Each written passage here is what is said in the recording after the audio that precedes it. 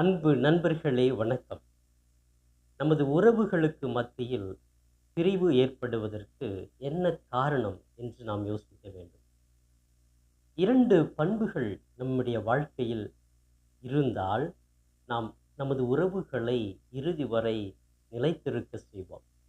அந்த பண்புதான் இரக்கம், கனிவு. நாம் பிறருக்கு இரக்கத்தை காட்டுகிற பொழுது, அந்த இரக்கத்தை நாமும் பெறுவோம். கனிவை பிறருக்கு காட்டுகிற பொழுது அந்த கனிவு நமக்கு கிடைக்கும். பிறரை பார்த்து இரக்கம் கொள்வதும் கனிவு கொள்வதும் நல்ல பண்பு. இதைத்தான் திருப்பாடல் ஆசிரியர் கூட சொல்லுகிறார். திருப்பாடல் 145:8 படிக்கிறோம். நம் ஆண்டவர் இரக்கமும் கனிவும் உடையவர்.